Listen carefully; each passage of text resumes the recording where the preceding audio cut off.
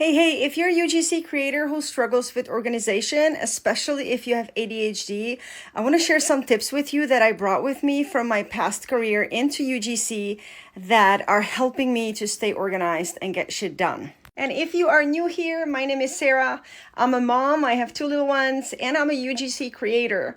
I make paid media ads and organic content for brands. Before UGC, I had a network marketing business, and here are the main three things that are helping me stay organized in my UGC that I brought with me from network marketing.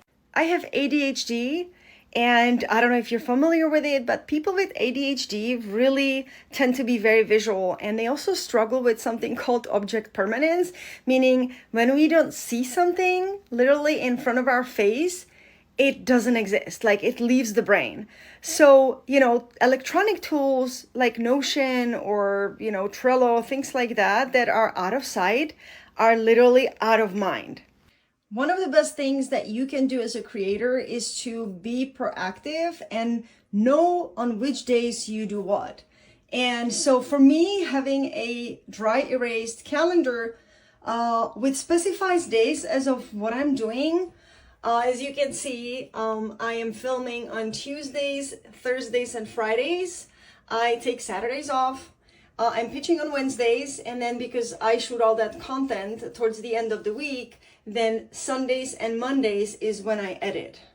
But having it like this and being able to see, okay, this is what I'm doing on those days is very helpful.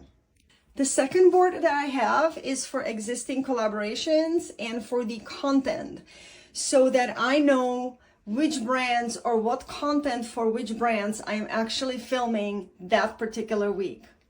And then the third board, which is something that I just added today, so I don't have anything on there yet, but that one is probably the most important because I have been really struggling with staying organized with the brands that I pitch, and then they turn into collaborations. And so having it divided into two different areas, and again, just having it visually there, so I do know who to follow up with, who did I, pitch that week, and which pitches turned into collaborations. This is super helpful. And this last tip I'm going to share is probably going to help you the most, especially once you get busy and you will really start struggling with remembering which brands and which products you're supposed to be making content for on any particular day. So I have this area on top of my desk in the office, and I will literally put the products that I'm supposed to be filming with, even like the brands that maybe I have already finished working with and I wanted to shoot extra content for and, maybe approach them for extra content. I will put it right here on top of my desk on the hutch so that I have a visual reminder that I wanted to shoot the content for it. Because as you know, we get a lot of products, especially for people who do Amazon influencing. You get a ton of products and then they end up in like cupboards and in the bathroom, the skincare, and you kind of like, again, out of sight, out of mind. When you don't see it, you just kind of keep moving on with the things that are imminent that you're supposed to be working on today. And you may forget about some of the products or projects that you had in mind. So I hope that this has helped you a little bit, especially if you are another mom and you're thinking, hey, can I even do this?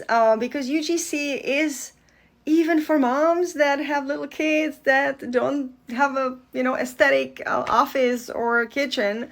It's doable, guys. You can do it. If you have any questions about UGC, user-generated content, or how to make money with UGC, then reach out to me and I can share any tips or answer any questions that you may have. And of course, don't forget to follow my account because I share tips and tricks all the time. And you can also browse and see some of the examples of the content that I make.